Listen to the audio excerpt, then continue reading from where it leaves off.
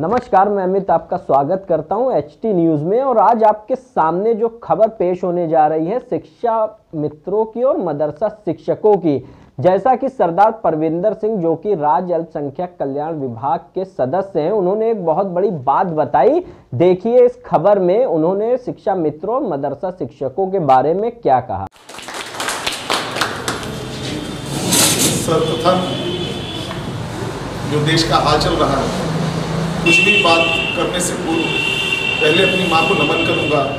भारत माता की जय, भारत माता की जय, वंदे मातरम, वंदे मातरम, जय श्री राम, जय श्री राम। मंचासीन नरेंद्र मोदी विचार मंच के आदरणीय अध्यक्ष महोदय श्री अश्विनी त्रिवेदी जी, मेरे अग्रज, मेरे वरिष्ठ अधिवक्ता, मेरे संरक्षक के तौर पर नरेंद्र मोदी विचार मंच के राष्ट्रीय महामंत्री ऐसे आदरणीय चामुंडी चाणक्य जी, नरेंद्र मोदी विचार मंच के राष्ट्रीय सचिव दिलीप सिंह जी, आदरणीय उमेश जी, अध्यक्ष भद्रानंद नरेंद्र मोदी विचार मंच, टीडी गर्ल्स इंटर कॉलेज के प्रबंधक आदरणीय महावीर जी, आरपी शुक्ला साहब, प्राचार्य श्रीमती लक्ष्मी जी, केंद्रीय संस्कृत संस्थान के पूर्व प्राचार्य एवं प्रचारक आदरणीय पाठक जी, मंच पर आसीन अन्य महानुभूतियां मेरे समक्ष बैठे आदरणीय वरिष्ठ और बुद्धिजीवी वर्ग से संबंधित समस्त भाइयों और बहनों, नरेंद्र मोदी विचार मंच जो संस्था का नाम है, नरेंद्र मोदी वास्तव में एक व्यक्ति ना होके एक विचार है। और आप विश्वास मानिए, इस समय भी सैकड़ों लोग शोध कर रहे होंगे और इतिहास भी ऐसा बनने वाला है कि लाखों लोग नरेंद्र मोदी पर पीएचडी करेंगे, क्योंकि नरेंद्र मोदी व्यक्तित्व है, नरेंद्र मोदी स्वयं एक विचार है। मुझे अभी पूर्व में कुंभ जाने का अवसर प्राप्त हुआ, माननीय मुख्यमंत्री जी के साथ जानकारी थी उस दिन की, माननीय प्रधानमंत्री जी ने भी आना है। और जो मैंने वहां पे दृश्य देखा कि देश का शासक देश के सबसे निचले तबके के पैर पखा रहा है, उनके पैर धो रहा है, तौलिए से पोंछ रहा है। मुझे भगवान कृष्ण और सुदामा की वो घटना याद आ गई, क्योंकि गुरुवंशा में वर्णन है कि जब सुदामा जी जाते हैं तो भगवान कृष्ण अपने आंसुओं से उनके पैर धोते हैं, फिर उस पानी को पी लेते हैं और सिंहासन में बैठा के पगड़ी बांधते हैं। आज के समय मैंने तो पूर्व में कभी नहीं देखा कि देश का शासक और देश की जनता के बीच में कोई संवादहीनता की बात ही नहीं, वो सब जन जन तक जा रहा है। सबसे बड़ी बात है, ये हम लोग के लिए अत्यंत ही सौभाग्य का विषय है कि ऐसी महान विभूति के साथ जुड़ के कार्य करने का मौका हम लोग को मिल रहा है। मैं देश की सेना को नमन करता हूं, मानता हूं देश की सेना तो सदैव हमारी जिस भी स्थिति में रही है, चाहे वो 71 की लड़ाई हो, 65 की लड़ाई हो, गोला बारूद हमारे पास हो अथवा ना हो, किस प्रकार से अब्दुल हमीद जैसे जाबाजों ने टैंक के नीचे लेट के पूरा टैंक उखाड़ा है। ये मुझे वही स्थिति समझ आती है कि गुरु गोविंद सिंह महाराज चमकौर की गढ़ी में मुगलों से घिरे हुए थे, 10 लाख की सेना और 40 लोग, और आप विश्वास मानिए इतिहास गवाह है कि 5-5 करके 8 बार वो 40 है और 10 लाख की सेना को समाप्त कर दिया। आज हमारा सन 71 में इस्तेमाल हो रहा वो जहाज और हमारा जाबाज पायलट विंग कमांडर अभिनंदन, और जाके मिग 21 जो कि सबसे उन्नत तकनीक का जहाज है उसको जाके मार देता है, खदेड़ देता है। अमेरिका को जवाब तलब करना पड़ता है कि ऐसा किस परिस्थिति में हो गया कि इतना उन्नत, इतना विकसित जहाज और एक पुराना सा जहाज जो 30 वर्ष 40 वर्ष से यहाँ पे इस्तेमाल हो रहा हो, वो जाके उसको खत्म करते, जो कि असंभव घटना है। बड़ी बात क्या है? बड़ी बात जज्बे की होती है, बड़ी बात हिम्मत की होती है। जो वहां जाके भारत माता की जय बोल रहा हो, इस तरह से सपूत को नमन है, ऐसे परिवार को नमन है। निश्चित तौर पर आज देश के समय विषम स्थिति है। देश कई प्रकार के आतंकों को झेल रहा है। घर पे नक्सली, घर पे अतिवादी, घर पे आतंकवादी घटनाएं जम्मू कश्मीर की, चाहे वो आर्थिक त्रासदी हो, नोटबंदी के बाद जिस प्रकार के हालात हुए, आज नरेंद्र मोदी जी के बारे में सोचिए कि उस व्यक्ति ने जिस प्रकार जीएसटी लागू किया, जिस प्रकार से आर्थिक सुधार किए, आज भारत की जीडीपी कहां ग्रोथ कर रही है, हम देश की 5वीं महाशक्ति बन रहे हैं और साथ ही साथ दुश्मन देश को दांत भी खट्टे कर रहे हैं। असंभव। वही अमेरिका, वही रशिया, वही चाइना। सोचने वाली बात है कि जो चाइना ने लगभग पाकिस्तान को ऑक्यूपाई कर लिया है, वो चाइना अपनी फ्लाइट्स रोक देता है। अब पाकिस्तान को हार के दबाव में आके विंग कमांडर को रिहा करना पड़ता है। ये इससे जीता जगता सबूत क्या होगा कि एक व्यक्ति के अंदर कार्य करने की क्षमता है और व्यक्ति के अंदर जज्बा है तो कुछ भी कर सकता है। इसीलिए कहता हूं कि चिड़ियन से मैं बाज उड़ाऊं, राजन से मैं रंग लड़ाऊं, 1.25 लाख से 1 लड़ाऊं, तब गोविंद सिंह चीजों को सच करके दिखा रहे हैं। भारत माँ, इस माँ के प्रति हमारे कर्ज है। आज हम मूल अधिकार की बात करते हैं। पिछड़ा कहता है कि हमको आरक्षण नहीं मिला, अगला कहता है कि हम भी सवर्ण हैं, हम में भी गरीबी है, सिख कहता है हमको नहीं मिल रहा, मुस्लिम कहता है मेरे अधिकार। सबसे बड़ा इस देश के साथ बेड़ा गर्क कांग्रेस ने किया। जब देश आजाद हुआ था, मूल अधिकार के साथ मूल कर्तव्य इनफोर्सेबल नहीं बनाए गए, जिस कारण आज ये स्थिति हो रही है। अगर चाणक्य जी का अधिकार है कि इनके घर के सामने सफाई हो, तो मेरा कर्तव्य है कि मैं इनके घर के आगे कूड़ा न डालूं। जिस दिन हम इस चीज को कर ले जाएंगे, जिस दिन हम दूसरे का महत्व समझने लगेंगे, अपने साथियों का देश के लिए, समाज के लिए चिंतन करने लगेंगे, तो मुझे लगता है कि अधिकतर समस्याओं का हल स्वयं ही निकल पड़ेगा। बहुत सारी चीजें नहीं कहनी पड़ेंगी। मैं विद्यार्थी परिषद का छात्र था।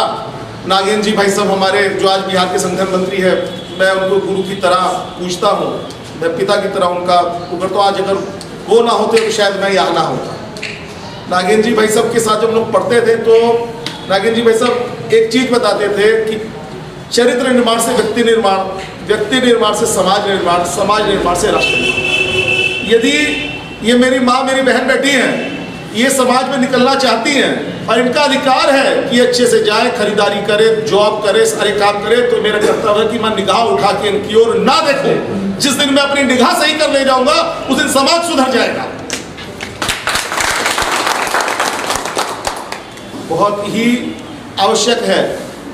हुआ क्या है, बीते 15 वर्षों में, 20 वर्षों में जिस प्रकार से सपा बसपा की यहाँ सरकारें रही, खून लगा के, सिरिंज लगा के भ्रष्टाचार हम सबके खून में भर दिया गया है। आज बच्चा पैदा होता है, नर्स कहती है 100 रुपये दीजिए तब मैं आपके हाथ में दूंगी, और वो डोम आग तब लगाता है जब कहता है 200 रुपया मुझे दोगे तो मैं आग लगाऊंगा। तो भ्रष्टाचार जीवन बचपन से शुरू होता है और अंत तक हमारे साथ में। हम कहते हैं भ्रष्टाचार समाज में है, निश्चित तौर पे है। हम कहते हैं भ्रष्टाचारी अधिकारी है, निश्चित तौर पे है। और मैं तो कई हद तक ब्यूरोक्रेसी को ही 1,01% मानता हूं कि ब्यूरोक्रेसी नेताओं को भी भ्रष्ट बनाती है। नेता तो 20% लेता होगा, 80% ब्यूरोक्रेसी खा जाती है। मैं आपको वास्तविकता बताऊं, बीते 23 महीने की सरकार उत्तर प्रदेश की हो गई। माननीय योगी जी, जिनकी बहन उत्तराखंड में चाय बेचती है, आप जाके देखिएगा। अभी इनके पिताजी आए थे, पीजीआई में भर्ती हुए थे, तो बेचारे 5 मिनट के लिए समय निकाल के गए और पिताजी को एक शॉल देके वापस चले गए। ऐसे कर्मयोगी, ऐसे प्रधानमंत्री, ऐसे संत स्वरूप मुख्यमंत्री, जिनका 24 घंटा जीवन, एक एक क्षण, एक एक सांस सिर्फ जनता के लिए हो। मैं तो स्वयं को बड़ा ही गौरवान्वित महसूस करता हूं कि ऐसे महान मुख्यमंत्री के साथ मुझे कार्य करने का अवसर प्रदान हो रहा है। मैं आप लोग को बताना चाहता हूं, पहली बार ये हो रहा है कि यदि कोई व्यक्ति बीमार हो रहा है और व्यक्ति बीमार होता है, वो जिलाधिकारी के माध्यम से मुख्यमंत्री जी तक बता रहा है कि मेरी ये समस्या है, मुझे इतना इलाज में खर्चा आ रहा है। आयुष्मान योजना तो है ही, इसके अतिरिक्त यदि 5 लाख 10 लाख आपका खर्चा आ रहा है, वही चीज़ है कि लेखपाल और आपका तहसीलदार और कानूनगो की रिपोर्ट लगने के बाद यदि आप उसको भिजवा रहे हैं तो हॉस्पिटल को पैसा पहुंच रहा है, इलाज मिल रहा है। आप इस बात को माने अथवा ना माने, लेकिन अगर आप आरटीआई से, चूंकि सारे लोग बुद्धिजन बैठे हैं, तो अगर आप आरटीआई से मांग लें तो प्रत्येक दिन पे 2 से 4 करोड़ रुपए उत्तर प्रदेश के लिए सिर्फ चिकित्सीय राहतों में माननीय मुख्यमंत्री जी द्वारा ये दिया गया। पहली बार ऐसा हुआ है जब बच्चों को स्वेटर बंटा है, पहली बार ऐसा हुआ है कि जूता बंटा है। जो एक विशेष वर्ग हमको अपना दुश्मन समझता है, उस विशेष वर्ग को बताना चाहता हूं कि मदरसों में पहली बार मिड डे मील वहां बांटा जा रहा है, बच्चों को यूनिफॉर्म उपलब्ध कराई जा रही है।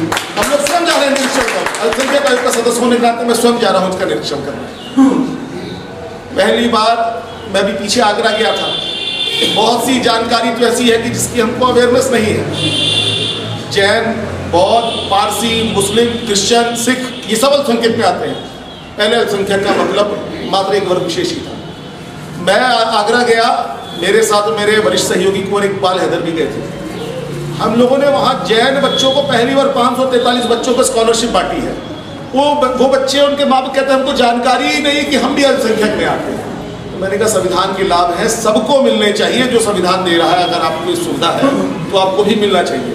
शाहजहाँपुर में हम लोग 2 शमशान घाटों का सौंदर्यीकरण का 1.5 करोड़ रुपए पास करा के आए हैं।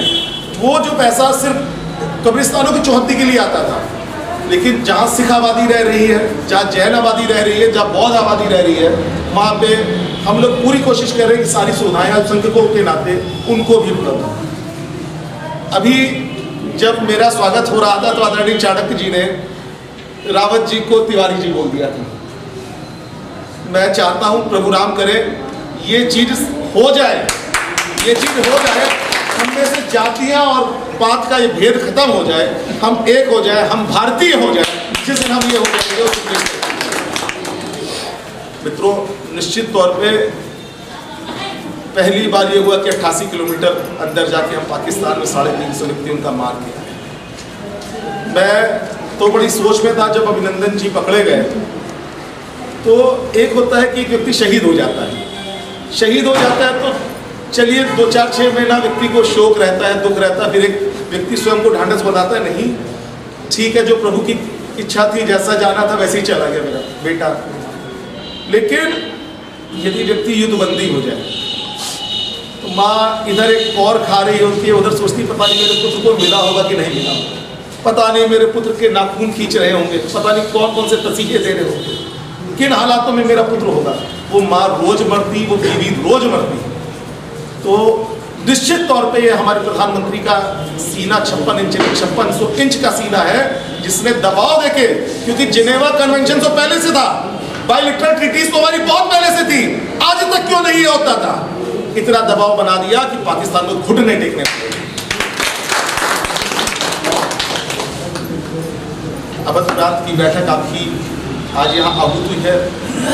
मैं सबको अपनी शुभकामनाएं देता हूँ। मेरी छोटी बहन, इसने कार्यक्रम के आरंभ में जो कविताएं सुनाई हैं, निश्चित तौर पर अभिनंदन की पात्र है।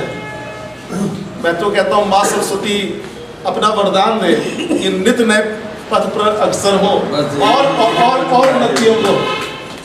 और उन्नतियों को छुए और बुलंदियों को छुए। मैं फोटोग्राफ करा दीजिए। मैं एक चीज कहना चाहता हूँ, मैं एक बात कहना चाहता हूँ कि हम स्वयं को बदलेंगे तो जग बदलेगा। मैं जब अल्पसंख्यक आयोग का सदस्य मुझे बनाया तो माननीय मुख्यमंत्री जी ने मुझे एक वाहन, एक स्पोर्ट, राज्य मंत्री की सारी सुरक्षा और ये वो सारी चीजें उपलब्ध कराई। तो मैं 4 घंटे तो मैंने उनके सम्मान में, 5 घंटा मैं लेके चुपचाप घर चला है, घर पे गारत पीसी की पड़ गई। मैं समझ नहीं पा रहा था कि मैं क्या करूं। मैं तो एक आम व्यक्ति, कभी मोटरसाइकिल से भी निकल जाता था, कभी कार से निकल जाता था, मुझे कभी किसी ने कुछ कहा ही नहीं। और जब कभी कुछ रहा तो अधिवक्ता शक्ति इतनी बड़ी होती है कि 100 व्यक्ति 200 व्यक्ति तो काला कोट खड़ा है तो अपने हाथ ही पहुँच के। तो मैंने मुफ्ती मोहम्मद सईद के खिलाफ मुकदमा किया था। जब मुफ्ती मोहम्मद सईद मुख्यमंत्री पद की शपथ ले रहे थे, तो शपथ लेने के बाद उन्होंने एक बात कही कि यहाँ जो शांतिपूर्ण चुनाव संपन्न हुए हैं, ये आतंकवादियों के सहयोग और पाकिस्तान के सहयोग के कारण हुए हैं। यदि वो सहयोग ना करते तो इतना शांतिपूर्ण संपन्न हो पाते। मेरे दिल में आया सीआरपीएफ हमारी लगी, बीएसएफ हमारी लगी, आर्मी हमारी लगी, खा हमारी रहे हो, का उनकी रहे हो। मैंने देशद्रोह का मुकदमा उसी समय दर्ज करा दिया, उसी कोर्ट में। मुझे राजनाथ जी ने डांटा। राजनाथ जी ने कहा कि अपने ही दल का है, अपना ही सहयोगी है। मैंने कहा मैं क्षमा प्रार्थी हूँ, लेकिन मैं मुझे आईबी ने बुलवा लिया। आईबी ने 4 घंटा मुझसे पूछताछ की कि क्या कहना है। उसके बाद अगले दिन मुझे जम्मू से फ़ोन आता है, कश्मीर से, कि सरदार जी 6 की 6 उतार देंगे। तो मैंने कहा सामने आ जाओ, 6 की 36 ना उतारी तो गुरु गोविंद सिंह की औलाद है। मैं आपको बताना चाहता हूँ कि मैंने जैसे ही ये सब सुरक्षा वगैरह मेरे घर आई तो मैं अपने पिताजी को मैंने बताया। मेरे पिताजी ने कहा कि बेटा इन सब चीज़ों की भौतिक चीज़ों की बहुत आवश्यकता नहीं, सामान्य वर्ग का हूँ, अच्छा खाता पीता हूँ, लाख रुपए के आसपास मेरी वकालत से आता है, मुझे किस चीज़ की आवश्यकता है। तो मैंने जाके हाथ जोड़े मुख्यमंत्री जी के। तो मुख्यमंत्री जी ने कहा बेटा ये मेरा आशीर्वाद है, तुमसे क्या मतलब है। तो मैंने कहा नहीं, मैं आपसे विनती करता हूँ कि आप मुझे सारी सुविधाएँ ना दें। तो मेरे पास चलने के लिए अपनी गाड़ी का।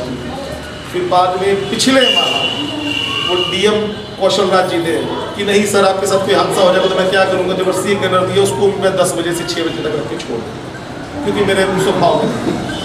मेरा आप सबसे एक निवेदन है कि आप 4 की 5 की संख्या में जाएं, अधिकारी से कहें, और आप लोग बुद्धिजीवी लोग हैं, कैमरा से उसको आप देखें कि अगर आपको कहीं लगता है कोई 2-4 स्ट्रिंग भी कर सकें, क्योंकि कहते हैं एक के साथ कीजिए 10 को नसीहत जाती है, कोई एक आध स्ट्रिंग करके पकड़ लेंगे। मैं निश्चित तौर पे कह रहा हूं कि 1 रुपया भी माननीय योगी जी की सरकार में किसी की औकात नहीं है कि खा जाए। इतना ट्रांसफर हो रहा है, पुलिस की भर्ती हुई है, और आप विश्वास माने ना माने आरटीआई से निकलवा लीजिएगा, 70% यादव समाज से हुए हैं। मैं आपको बताना चाहता हूं कि 70% यादव समाज से हुए हैं, लेकिन अपनी मेहनत से हुए हैं, 5 लाख और 10 लाख घूस देके नहीं हुए हैं। अभी आपका वीडियो की भी भर्ती चल रही है, बहुत से लोग आते हैं। अब ये चीज़ें ऑफिशियल या अनऑफिशियल कैमरा सामने नहीं मुझे बोलना चाहिए, लेकिन बहुत से लोग आते हैं, बहुत सी, तो मैं उनको यही बताता हूँ कि पिछली सरकारें नहीं कि जहाँ एक इलेक्ट्रीशियन भर्ती होता है वो ओएसडी हो जाता है, और उस ओएसडी की आज के समय औकात 1200 करोड़ हो गई है। यही लखनऊ में रहते हैं। पिछली सरकारों ने जिस प्रकार से लूटा है, जिस प्रकार से एक्सप्रेसवे की बात करते हैं, एक्सप्रेसवे पे कितना नाजायज खर्चा हुआ है आप इसका आकलन करा लीजिए। ऑडिट टीम आकलन कर रही है। गोमती एक्शन प्लान पे कितना कितना पैसा खा लिया गया है। जितनी भी योजनाएं थी सब में जम के बंदर बांट हुआ है। अब जबकि सीबीआई उसको घेरा कर रही है तो दिक्कतें हो रही हैं। शिक्षा मित्रों का नासूर किसका बोझा हुआ, हमारी सरकार लगी है, जल्द ही इसका हल निकालेंगे। शिक्षा मित्रों का हल मैं बता देना चाहता हूँ, मैं जो जिस भी जिला जा रहा हूँ तो साफ बता रहा हूँ, मुख्यमंत्री से मेरी वार्ता हुई, इस पर जल्द ही निकालेंगे। लेकिन ये समस्या किसकी दी हुई, जो उसमें कई ऐसे लोग हैं जो ए फॉर एप्पल नहीं लिख पा रहे हैं, ए फॉर एप्पल नहीं लिख पा रहे हैं, और उनको मानदेय और सारी चीज़ें चाहिए, तो देश विकलांग हो जाएगा, देश तरक्की नहीं कर पाएगा। मैं तो ये चाहता हूँ, चाहे बौद्ध है चाहे जैन है, सब हिंदू समाज से निकला है। मैं तो कहता हूँ कि वो दूध था अब उबालेगा मथेगा मक्खन बनेगा। जब आवश्यकता थी हर घर से एक लड़का सीख लिया जाता था। 84 की घटना ना होती तो शायद ये स्थितियाँ बंद ना होती। बहुत सी चीज़ें बहुत हम लोग के बीच में इतनी दिक्कतें लोगों ने कर दी हैं, इतनी दुराव पैदा कर दिए हैं। मैं तो कहता हूँ एक हुई। तो आपने देखा सरदार परविंदर सिंह जो कि राज्य अल्पसंख्यक विभाग के सदस्य हैं, उन्होंने छोटे शब्दों में ये बताते हुए कहा कि आखिर जो शिक्षा मित्रों की और मदरसा शिक्षकों की जो मांग है वो क्यों नहीं पूरी हो सकती है, क्योंकि सरकार, केंद्र और राज्य सरकार चाह रही है शिक्षा के महत्व को बढ़ाना, कि शिक्षा का गिरता स्तर जो गिरता जा रहा है देश में अपने, उसको बढ़ाने का। इस वजह से जो इसके अंदर त्रुटियां की गई हैं वो इसी वजह से की गई हैं। तो हमारी ऐसी खबरों को देखने के लिए हमारे चैनल को सब्सक्राइब करें, लाइक करें और कमेंट बॉक्स में जरूर बताएं कि आपकी इस खबर पे